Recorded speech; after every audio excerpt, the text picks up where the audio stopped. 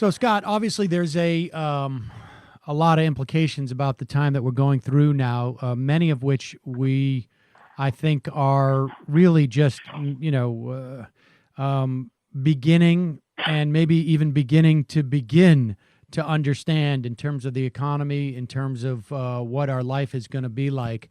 But one of those things that I think has received not as much attention as one might want it to, that you wrote about, which was the implications of this moment for what had been and what is a growing problem in the United States, and frankly, in many parts of the West, and that is a rise of white nationalism.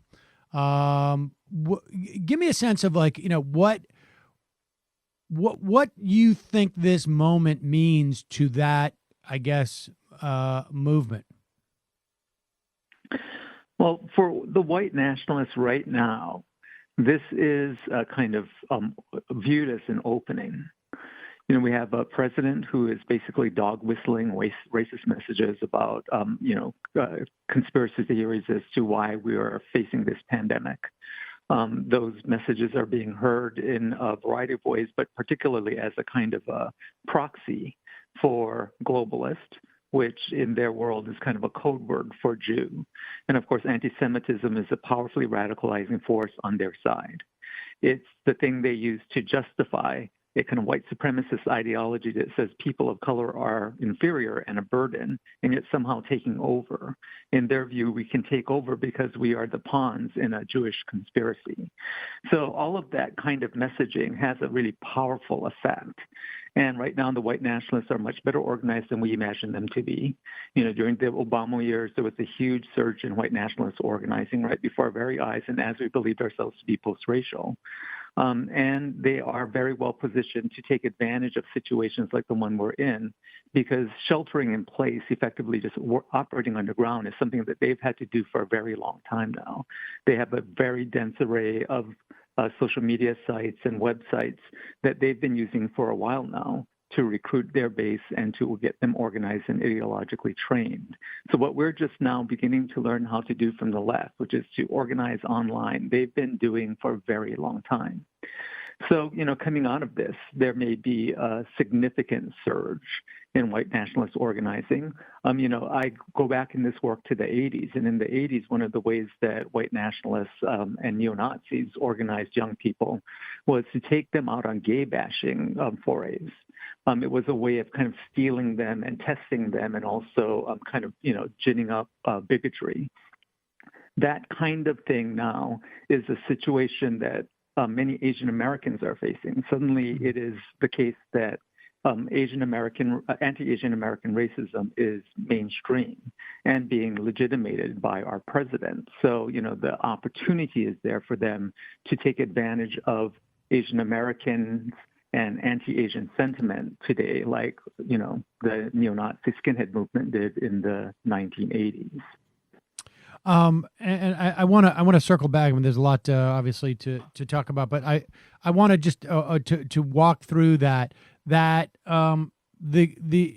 dynamic of the white supremacist being able to both believe that non-white people are sort of genetically inferior, however, also be able to maintain this dynamic of, and they're beating us. But that is like, that's where they bring in the Jew, right? Exactly. The Jews are the ones who are orchestrating that whole dynamic. I mean, I just want people to understand that.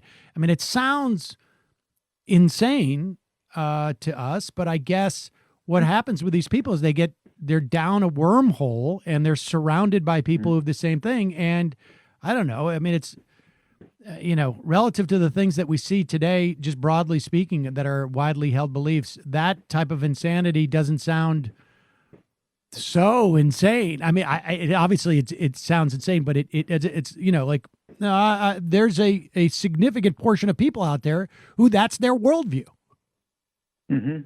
Well, and major social movements have been built on less, right? Right. But this, belief about this international Jewish conspiracy is one that has lived on the right for a very long time. So, when you saw those tiki torch bearers in Charlottesville saying Jews will not replace us, this was not a kind of novel new idea to them. This is something age old and well tested in terms of radicalizing ideology. So, it is true. People of color are a minority in this country still and have less wealth as an aggregate and are viewed by them as inferior. And yet they believe we are taking over. And this Jewish conspiracy is the thing that reconciles those two contradictory ideas. And So it is and a so when very they important radicalizing force for them. And the fact that Jews are perceived to be a privileged minority in the United States only helps to enhance their sense of the threat.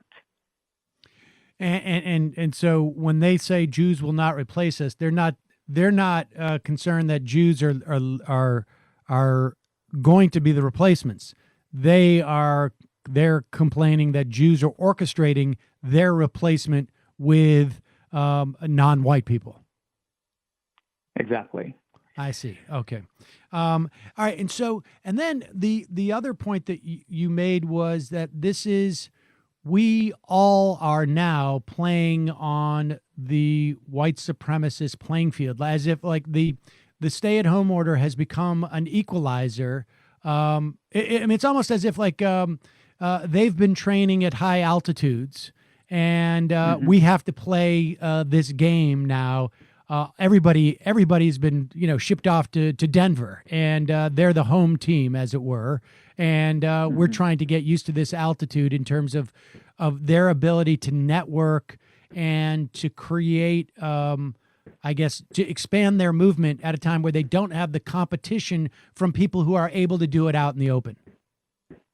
Yes, and we have to keep in mind that, of course, they played an important role in the election of an American president. Right. So it's not exactly as if they're completely marginal. Increasingly, they are being invited into the Republican coalition as their key constituency and becoming players along the lines of the Christian right. So, I mean, do we have a sense of like how they are, what their agenda is, at least short term and tactically during this time, or is this just a question of complete opportunism? The president has led the way with attacks on China.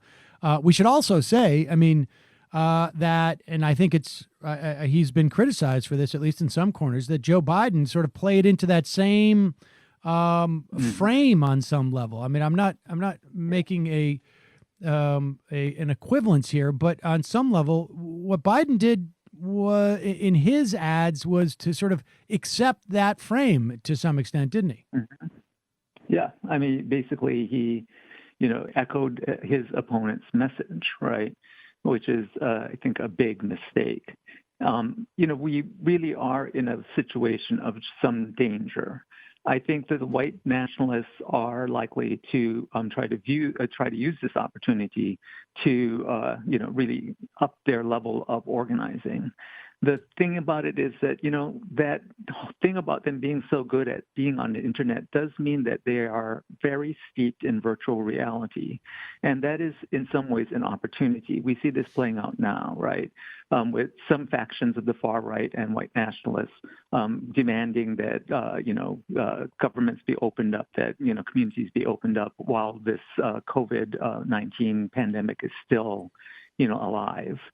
And so, that's a very unpopular battle cry. So they are, presenting us with these little bits of openings that may be the result of their kind of overreaching. So we should be looking for those opportunities as well. And, as tragic as it is that there is this situation of anti-Asian violence now, according to one report, 30% of Americans apparently have seen this kind of harassment happening. The reality is that kind of hate violence and harassment can be an opening for us as well. because most people oppose that kind of thing, right? And so to the extent that we can take advantage of these opportunities, we should.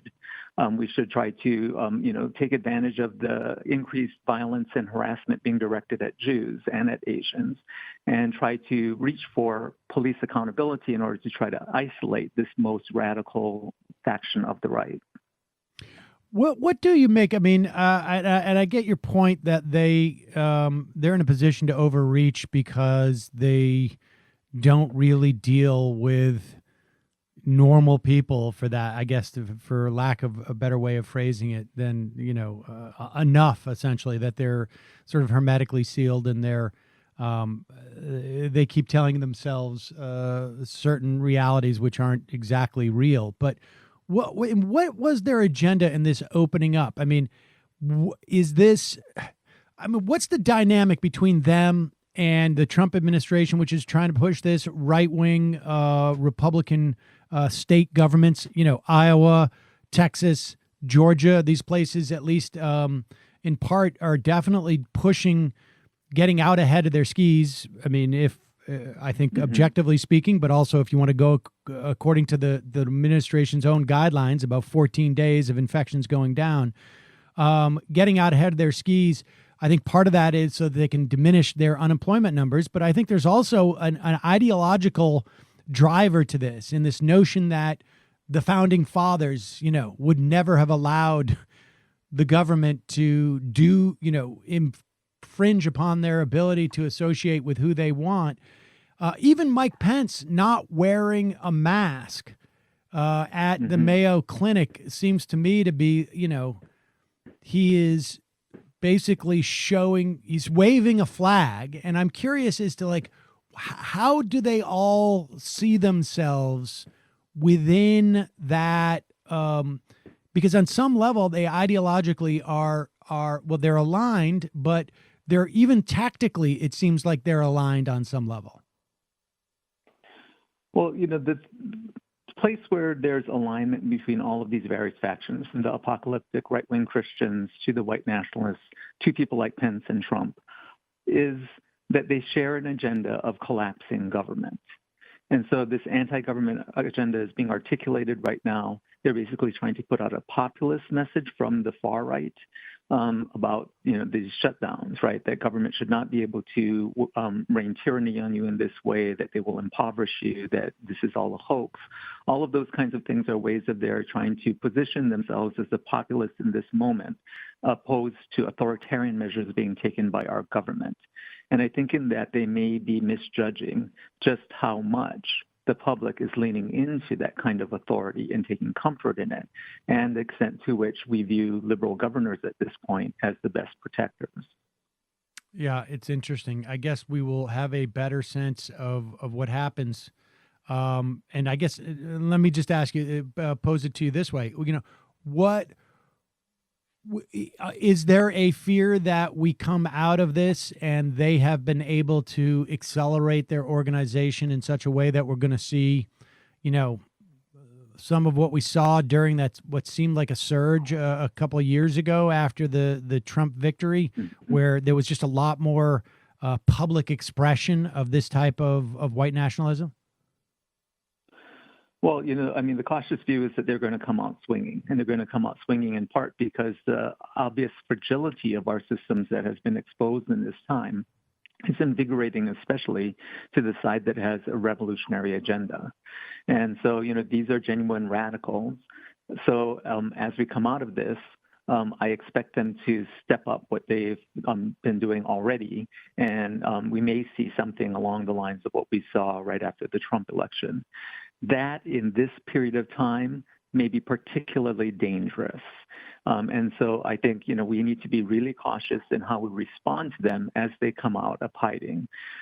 It's easy, to fall into this notion that how you defeat a violent right-wing offensive is to stand off with them. But the reality is they're trying to bait us into those kinds of confrontations because they play well for their side. So I think, we need to keep that in mind. We need to keep in mind that, for example, the white nationalists include organizations that are made up of military veterans and former first responders who are attempting to infiltrate government agencies like rural county sheriff's offices and are doing that with some success.